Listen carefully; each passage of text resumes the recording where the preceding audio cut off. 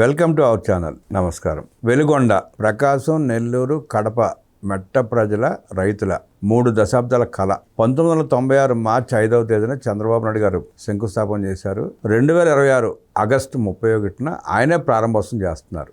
జాతికి అంకితం చేయబోతున్నారు. మధ్యలో జగన్మోహన్ రెడ్డి లాంటి అసమర్థపు ముఖ్యమంత్రి ట్యాంకర్లతో నీళ్లు పోసి జాతికి అంకితం చేసి పనులు పూర్తి చేయకుండా కాంట్రాక్టర్ల దగ్గర డబ్బులు లూట్ చేసిన పరిస్థితి ఉంటే, నేడు చంద్రబాబు నాయుడు గారు ముఖ్యమంత్రి అయిన తర్వాత నిర్వాసితులకి డబ్బులు ఇచ్చి వాళ్ళని ఇబ్బంది పెట్టకుండా వాళ్ళని మెప్పించి ఆగస్టు 31 ప్రారంభోత్సవం చేసి జాతికి అంకితం చేయబోతున్నారు. నాడు నేడు వెలుగొండ ప్రాజెక్ట్, జగన్మోహన్ రెడ్డి అబద్ధాల చిట్టా తెలుసుకునే ప్రయత్నం చేద్దాం. విశ్లేషించడానికి మనతో పడుతున్నారు తెలుగుదేశం పార్టీ కార్యకర్త శశికుమార్. ఆయన అడిగి మరిన్ని విశేషాలు తెలుసుకునే ప్రయత్నం చేద్దాం. నమస్తే శశి. నమస్తే అండి. వెలుగొండ ప్రాజెక్ట్, జగన్మోహన్ రెడ్డి ముఖ్యమంత్రిగా ఉన్నప్పుడు అద్దె ట్యాంకర్లతో నీళ్లు పోసి జాతికి అంకితం చేశాడు. అప్పటికే సుమారుగా 4,000 కోట్ల రూపాయల పనులు పెండింగ్ పెట్టుకుని జాతికి అంకితం చేసిన జగన్మోహన్ రెడ్డి వ్యవహార శైలిని నేడు చంద్రబాబు నాయుడు గారు కూటమి ప్రభుత్వం వచ్చిన తర్వాత శరవేగంగా 2 సంవత్సరాలు పూర్తి చేసి ఈ నెల 31 తారీఖున జాతికి అంకితం చేయబోతున్నారు. ఆ 2 జాతికి అంకితం చేయడాన్ని ఎట్లా చూస్తే అట్లా విశ్లేషిస్తాం. ఒకటండి, వెలుగొండ అనేది ప్రకాశం జిల్లాకి ఒక గుండెకాయ లాంటిది. అది మనం ఎవరం కాదనలేదు. ఎందుకంటే ప్రకాశం జిల్లా ఈ ప్రాంతంలో మార్కాపురం, కనిగిరి, ఎర్రగొండపాలెం ఈ నియోజకవర్గాల ప్రజలు ఎన్నో ఏళ్లగా కరువుతో అల్లాడుతూ ఉన్నారు. ఒక చుక్క నీటి కోసం వాళ్ళు తాగడానికి లేక ఫ్లోరైడ్ సమస్యలు చూసి ఇలాంటివి అన్నీ చూసిన జిల్లా. ఎన్నో ఏళ్లగా మాకు 6 నెలలకు ఒకసారైనా నీళ్ళు ఇస్తే మేము తాగుతాము, మాకు ఈ విధంగా ఇవ్వండి, మాకు ఫ్లోరైడ్ సమస్య ఉంది, ఈ విధంగా అని వాళ్ళు ఎన్నో ఏళ్లగా దశాబ్దాలుగా పోరాటం చేస్తారు. అప్పుడు 1996లో చంద్రబాబు నాయుడు గారు ముఖ్యమంత్రి అయిన తొలినాళ్ళలో వస్తే ఈ విధంగా అంటే ఖచ్చితంగా దీనికి ఒక రూపు చూపు. అప్పటికే ఎన్టీ రామారావు గారు దీనిపైన ఆల్రెడీ ఒక రీసెర్చ్ అనేది చేయడం జరిగింది. ఆ తర్వాత వచ్చిన చంద్రబాబు నాయుడు గారు దాన్ని కంటిన్యూ చేస్తూ శంకుస్థాపన చేయడం జరిగింది. ఇప్పుడు 1996 మార్చి 5వ తేదీన ఆనాడు వెలుగొండ ప్రాజెక్టు ఖచ్చితంగా ఇది ఆనాడు ఉమ్మడి ప్రకాశం జిల్లాకి ఒక దాహతని తీర్చడమే కాదు, ఒక గుండెకాయలాగా ఉంటుంది. అదేవిధంగా ఈ ప్రాంతాన్ని సస్యశ్యామలం చేయడానికి వెలుగొండకి ఆనాడు పునాది వేయడం జరిగింది. పునాది వేయడమే కాకుండా దానికి కావాల్సిన పర్మిషన్స్ ఇవన్నీ ఆ రోజు చంద్రబాబు నాయుడు గారు 9 ఏళ్లుగా ముఖ్యమంత్రిగా ఉన్నప్పుడు ఏమేం చేయాలో, అంటే ఒక ప్రాజెక్టు కట్టడం అంటే ఏదో కట్టేయడం కాదు కదండి. ఇప్పుడు ఆ చుట్టుపక్కల అడవులు ఉంటాయి, మళ్ళీ వాటికి ప్రకృతికి ఎలాంటి డ్యామేజ్ జరగకుండా మళ్ళీ పర్మిషన్స్ తీసుకోవాల్సినట్టు ఉంటాయి, ట్రిబ్యునల్స్ దగ్గర ఉంటాయి, అంతర్రాష్ట్ర వివాదాలు ఉంటాయి. వీటన్నిటిని పరిష్కరించుకుంటూ ఒక్కొక్కటిగా చేసుకుంటూ ఆ రోజు ఈ ఇరిగేషన్ ప్రాజెక్ట్ పనులన్నీ మళ్ళీ ఆ తర్వాత ప్రభుత్వం మారడం, ఆ తర్వాత వచ్చిన రాజశేఖర రెడ్డి గారు జలయజ్ఞంలో ధనయజ్ఞం ఏ విధంగా చేశారో ఇప్పుడు ప్రత్యేకంగా మాట్లాడుకోవాల్సిన అవసరం లేదు. ఆ జలయజ్ఞం అని చెప్పి ధనయజ్ఞంగా చేసి వాళ్ళ కుటుంబాలు వాళ్ళ కాంట్రాక్టర్లు బాగుపడ్డారు, కానీ ప్రజలకు ఒక గుక్క నీళ్ళు ఇచ్చిన దాఖలాలు లేవు. ఆ తర్వాత మళ్ళీ చంద్రబాబు నాయుడు గారు వచ్చి మళ్ళీ వెలుగొండ పనులని పూర్తి చేయాలి. ఆ రోజు వీలైనంత వరకు కష్టపడ్డారు, ప్రయత్నించారు, ముందుకు తీసుకొని వెళ్ళారు. ఎక్కడన్నా పనులు లేట్ అవుతున్నా ముఖ్యమంత్రి గారు ఆ రోజు దేవినేని ఉమామహేశ్వరరావు గారు ఇరిగేషన్ శాఖ మంత్రిగా ఎప్పటికప్పుడు అధికారులను ఫీల్డ్లో మందలించడము ఇవి చేయడం, ఇంకా త్వరితగిన పూర్తి చేయడం. కానీ మళ్ళీ ఆ తర్వాత మళ్ళీ ప్రభుత్వం మారడం, ఆ తర్వాత వచ్చిన జగన్మోహన్ రెడ్డి గారు కాలయాపన చేసి ఒక ఉత్తుత్తి జాతికి అంకితం ఉత్తుత్తి మాటలు చేశాడు. దాంట్లో కుప్పంలో ఎలాగైతే ట్యాంకర్ నీళ్ళు తీసుకొని వచ్చాడు, ఇక్కడ కూడా ట్యాంకర్ నీళ్ళు చూపించి ఇట్లా చేశాడు. కానీ ఇంకొకటి ఇక్కడ ఆయన పప్పులో కాలేసింది ఎక్కడంటే కుప్పంలో అన్న నీళ్ళు. ఇక్కడ ఏంటంటే ఈ వెలుగొండ ద్వారా అంటే టన్నళ్ళ ద్వారా రావాలి. ఆ టన్నల్ అనేది ఆయన నిన్న కూడా నిస్సిగ్గుగా మాట్లాడుతున్నాడు. ఏమని, నేను 2 టన్నల్లో కారుల్లో వెళ్ళానని. అసలు టన్నలే నువ్వు తవ్వలా. ఇది ఇరిగేషన్ మళ్ళీ నూతనంగా ప్రభుత్వం ఏర్పడింది. ఆ తర్వాత మొత్తం రివ్యూ చేసుకుని వెలుగొండ జగన్మోహన్ రెడ్డి గారు జాతికి అంకితం అన్నారు కదా, ఏదని నిమ్మల రామానాయుడు గారు ఇప్పుడు జలవనరుల శాఖ మంత్రి వెళ్తే అసలు టన్నలే దవ్వలా, ఈ నీళ్ళు ఇచ్చేసా అంటున్నాడు. ఏముందరా అని ఆ రోజే ఎండగట్టడం జరిగింది. ఆ తర్వాత చంద్రబాబు నాయుడు గారు వెలుగొండ అనేది ఇది నా కళ, నా చిరకాల స్వప్నం, నేను ఆనాడు ప్రకాశం జిల్లా ప్రజల కష్టాలు ఫ్లోరైడ్ సమస్యను తీర్చడానికి ఆ రోజు ఎన్నో మనం పరిష్కారాలు చూపించి ఫ్లోరైడ్ సమస్య అనేది ప్రకాశం జిల్లాలో లేకుండా చేసిన ఘనత మనదే. మనం ఇంకొక మాట కూడా నిలబెట్టుకోవాల్సి ఉంది, అదే వెలుగొండ పూర్తి చేయడం. ఇది ఈ టెన్యూర్లో ఎట్టయినా పూర్తి అవ్వాలని యుద్ధ ప్రాతిపాదికన ఇరిగేషన్ మంత్రిని డైరెక్ట్గా ఫీల్డ్లోకి పంపించి అనేక సందర్భాల్లో పంపించి పనుల దగ్గర టన్నల్ పనులు కావచ్చు, ఇవన్నీ నల్లమల సాగర్కి సంబంధించి ఏవైతే సమ్ క్లియరెన్స్లు ఉన్నాయో అవన్నీ తీసుకొని పూర్తిగా ఏదైతే లైనింగ్ పనులు ఉంటాయో ఆ లైనింగ్ పనులు. ఇంకొకటి ఏంటంటే జగన్మోహన్ రెడ్డి గారికి సంబంధించిన ఒక పార్టీ వ్యక్తి చెబుతూ ఉన్నాడు రీసెంట్గా, లైనింగ్ ఎందుకు చేయలేదంటే లైనింగ్ చేస్తే వానలు పడవంట. ఏం మాట్లాడుతున్నారు? లైనింగ్ చేస్తే అక్కడ ఉండే ప్రజలకు జబ్బులు వస్తాయంట. ఇట్లా మాట్లాడాడు వాళ్ళ పార్టీ నేత ఒక ఆయన రీసెంట్గా ప్రెస్ కాన్ఫరెన్స్ పెట్టి, మీరు ఎందుకు లైనింగ్ చేయలేదంటే, లైనింగ్ చేస్తే వాళ్ళ పడవ, అందుకే లైనింగ్ చేయకుండా నువ్వు నీళ్ళు ఎట్ట పంపిస్తావు? బేసిక్ కామన్ సెన్స్ ఉండదు. ఇప్పుడు మనం కాలువ ద్వారా నీళ్లు పంపిస్తామండి. మనం ఒక పంపు ఉంటుంది, అక్కడ ఉంటుంది పొలంలోకి, కాలువ ద్వారా పంపిస్తాం. ఇటుపక్క ఇటు మడవలు వేసి పెడతారు. ఎందుకు? నీళ్ళు అటు ఇటు పోకుండా ఒక దాంట్లో వెళ్ళడానికి. ఇప్పుడు నీళ్ళు వేస్ట్ అవ్వకుండా ఉండడం కోసం లైనింగ్ చేసుకుంటాం. ఈవెన్ లైనింగ్ పనులు అనేది అలాంటిది. అది పనులే చేయలే జగన్మోహన్ రెడ్డి. ఆ విధంగా ఆయన చేసిన జాతికి అంకితాలు ఉంటాయి. ఇంకొకటి ఇక్కడ R&R ప్యాకేజ్ అనేది ముఖ్యంగా అక్కడ ఎవరైతే నిర్వాసితులు ఉన్నారో వాళ్ళకి ఏమైతే కావాలో ఇల్లులు అవన్నీ కట్టించాల్సిన బాధ్యత ప్రభుత్వం పైన. కాబట్టి చంద్రబాబు నాయుడు గారు 768 కోట్లు 3 విడతల్లో ఇప్పటి వరకు ఆల్రెడీ రిలీజ్ చేయడం జరిగిందండి. ఇంకొకటి ఏంటంటే ఆ గ్రామాల్లో వచ్చిన వాళ్ళందరికీ కూడా ఇప్పుడు కొత్తగా ఏర్పడిన మార్కాపురం జిల్లా దగ్గర కలెక్టర్ ఆఫీస్ పక్కనే వీళ్ళందరికీ ఇల్లులు, నూతన గృహాలు కూడా కట్టించడం జరిగింది. ఎందుకంటే వాళ్ళు చేసిన త్యాగాలు అనేది మనం మరవలేం. ఈరోజు డబ్బు ఇచ్చి మనం చేసామని చేతులు దులుపుకోవడం కాదు. ఎందుకంటే ఆ ప్రాజెక్ట్ అనేది దాదాపుగా 4 లక్షల ఎకరాలకు పైగా సాగునీరు అందిస్తే 23 లక్షల మందికి తాగునీరు అందిస్తూ ఉంది. అలాంటి ప్రాజెక్టు కోసం ఎన్నో ఏళ్ళగా, దశాబ్దాలుగా, శతాబ్దాలుగా వాళ్ళు ఉంటున్న ఊళ్ళను వదిలారు. అలాంటి వాళ్ళకి ఒక మంచి నివాసాలు కల్పించాలండి. వాళ్ళకి ఒక మంచి గౌరవప్రదమైన R&R ప్యాకేజ్ ఇవ్వాలి. ఈరోజు అందరికీ R&R ప్యాకేజ్ ఇచ్చి వాళ్ళందరినీ తీసుకొని ఒక దగ్గర మంచి గృహాల్లో వాళ్ళకి ఇస్తూ ఉన్నారు. ఇది ఈ ప్రభుత్వం చేసింది క్రెడిబిలిటీ. ఇప్పుడు దానికి సంబంధించి 2 టన్నళ్ళు పూర్తి చేసి ఏదైతే ఫేజ్ 1 ఉందో దాని ద్వారా ఇప్పుడు నీళ్ళు అందించడానికి మొత్తం పనులు పూర్తి. రేపు ఆగస్టు 31వ తేదీన ఇది ఖచ్చితంగా నీళ్ళు వదిలి జాతికి అంకితం చేయబడింది. ఇదేంటంటే ఎన్నో దశాబ్దాలుగా కలలుగంటున్న ప్రకాశం జిల్లా, ఈనాటి మార్కాపురం జిల్లా ప్రజల కళ నెరవేరబోతుంది. 18.8 కిలోమీటర్లు పొడవు కదా ఒక టన్నెల్. 18-20 ఒకటి రెడీ అయిపోతుంది. ఇప్పుడు రెడీ అయిపోయి ఆ టన్నల్ ద్వారా నీళ్ళు వస్తూ రెండోది రెడీ అవ్వాలి. అది కూడా అయిపోతుంది మోస్ట్ ఆఫ్ ది ఫేస్. ఇప్పుడు ఏంటంటే ఒక 36 ప్రాజెక్టులకు ఒక డెడ్ లైన్స్ ఇచ్చారు. ఈ ప్రాజెక్ట్ ఇప్పుడు మనం చూసుకుంటే గత 3 ఏళ్లగా 2024లో వచ్చినప్పుడు చంద్రబాబు నాయుడు గారు రివ్యూ చేసి ప్రతి ప్రాజెక్ట్కి ఒక డెడ్ లైన్ ఫిక్స్ చేయడం జరిగింది. ఆంధ్రీని ఈవాక్ ఫిక్స్ చేశారు. శ్రీశైలం మల్లన్న దగ్గర నుంచి కుప్పంలో శివయ్య వరకు ఇక్కడ తీసుకొని రావడం జరిగింది. అదేవిధంగా ఇప్పుడు ఏంటంటే శ్రీశైలం మల్లన్న దగ్గర నుంచి కృష్ణమ్మ జలాలని మార్కాపురం చెన్నకేశవ స్వామి పాదాల చెంత వరకు తీసుకొని వస్తూ ఉన్నారు. ఇది ఘనత. ఇదే కాకుండా మనం చూసుకుంటే ఇటు కుప్పం అనేది ఒక పక్క ప్రాంతం శ్రీశైలం దగ్గర నుంచి, అక్కడ నుంచి చిట్ట చివర కుప్పం వరకు నీళ్ళు తీసుకొని వెళ్ళారు. ఈరోజు కృష్ణమ్మ జలాలని వానల కోసం ఎదురు చూసే ప్రకాశం జిల్లా ప్రజలకు ఈరోజు కృష్ణమ్మ పర్వాలు పొంగుతున్నాయి. ఎప్పుడో శంకరంబాడి సుందరాచార్యులు మా తెలుగు తల్లికి రాసినప్పుడు కృష్ణమ్మ బిరబిర పరుగులు ఇడుతుంటేను అని చెప్పి రాశారు. ఈరోజు నిజంగా ఈ తెలుగు నేలపైన కృష్ణమ్మ బిరబిర పరుగులు ఎడుతుంది. ఇక్కడ కర్నూలు ఎక్కడ, కుప్పం ఎక్కడ, ఈరోజు శ్రీశైలం ఎక్కడ, మార్కాపురం ఎక్కడ, అది కొండల మధ్యలో నుంచి ఒక టన్నల్స్ ద్వారా నీళ్లు తీసుకొని రావడం అనేది నిజంగా ఒక ఇంజనీరింగ్ అద్భుతంగా మనం చెప్పుకోవచ్చండి. ఎన్నో ఏళ్ళకి ఇక్కడ ఆ లైనింగ్ పనులు అయితే కావచ్చు, ఆ ఫీడర్ కెనాల్ పనులు అయితే కావచ్చు, ఇవన్నీ చేసి ఈరోజు దాహార్తిని తీర్చే చంద్రబాబు నాయుడు గారికి నిజంగా కృతజ్ఞతలు తెలియజేసుకోవాలి. ఎందుకంటే మేము పురాణాల్లో చదువుకునే వాళ్ళం. ఆకాశం నుంచి గంగను తీసుకొని రావడానికి శివుడి కోసం ప్రార్థించి ఆ గంగని భూమిపైకి తీసుకొని వచ్చాడు భగీరథుడు. అంటే ఈనాడు అసాధ్యం అనుకున్న ప్రాజెక్టులను కూడా సుసాధ్యం చేసి ఎన్నో దశాబ్దాలుగా ఒక ఆంధ్రీనివా కావచ్చు, ఒక వెలుగొండ కావచ్చు, రేపు పూర్తి అవ్వబోయే పోలవరం కావచ్చు, ఇవన్నీ దశాబ్దాల కళలు.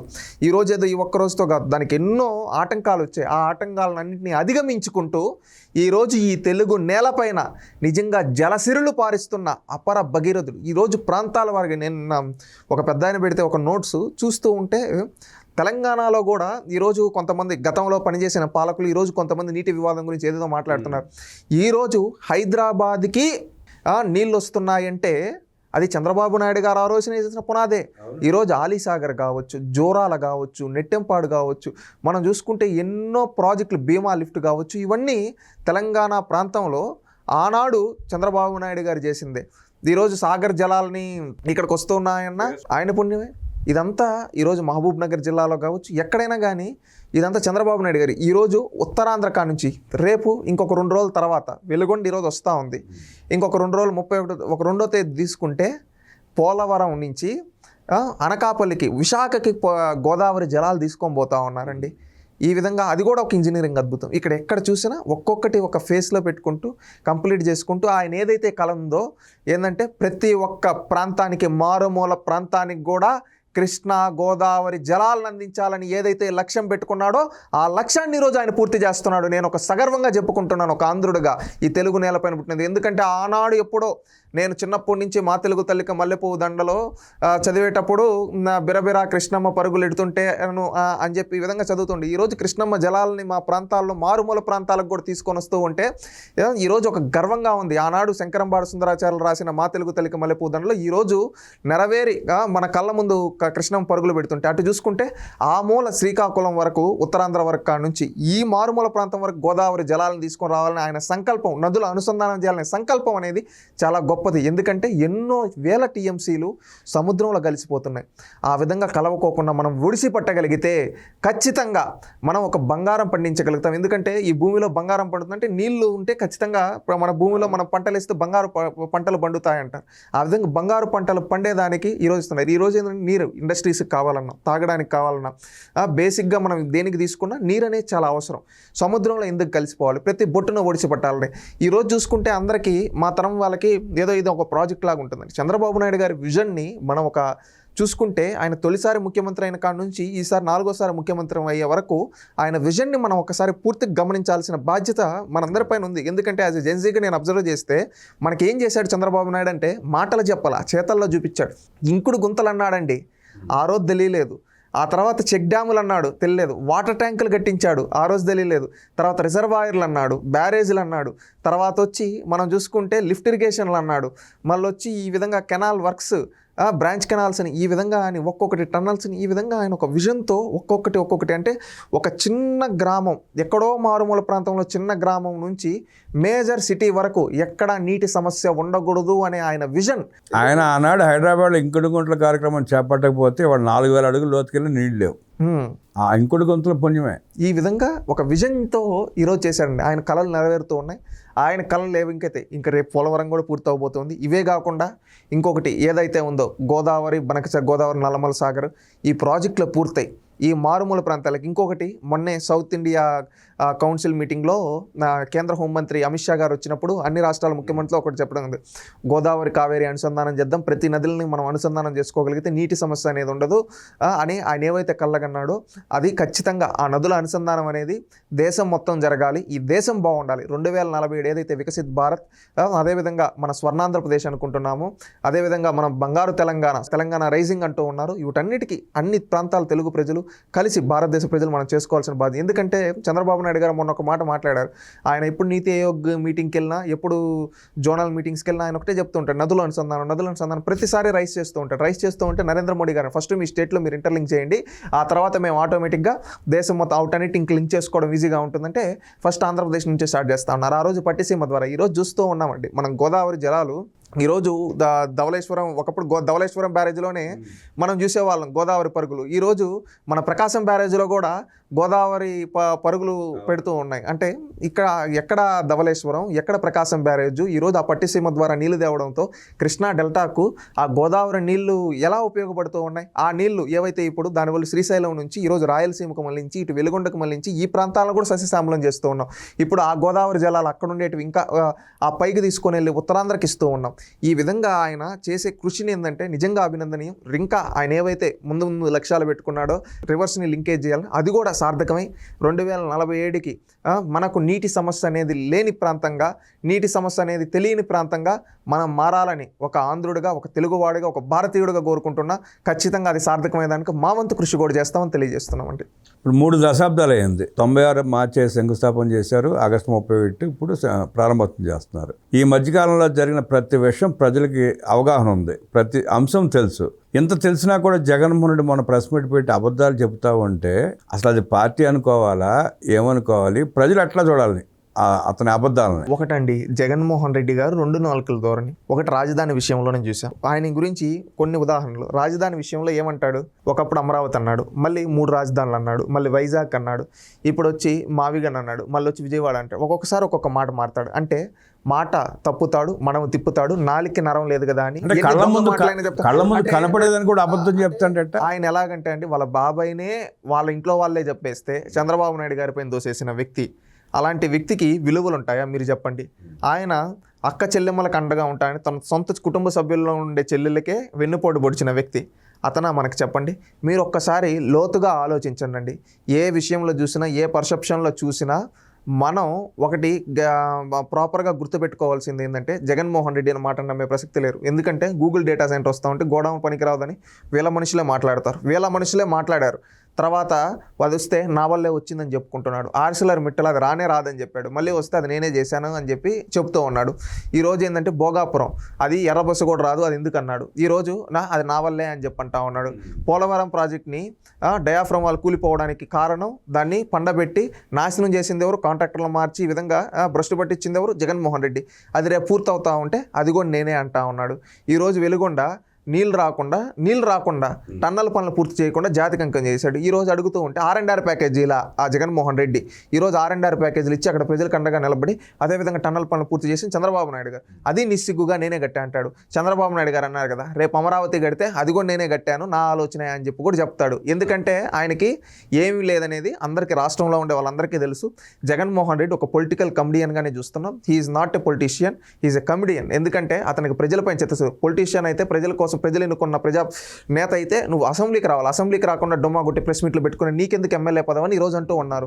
రేపు భవిష్యత్తులో ఏంటంటే ఆ ఎమ్మెల్యే శాసనసభ సభ్యత్వం కూడా పీకి పారేస్తాం ప్రజలమైన మేము. ఎందుకంటే అతనికి విలువ తెలియటంలే, శాసనసభ సభ్యత్వం విలువ తెలియటం. ఒకప్పుడు చంద్రబాబు నాయుడు గారిని నీకు ప్రతిపక్ష హోదా లేకుండా చేస్తా అంటే ప్రజలు ఏం చేశారు?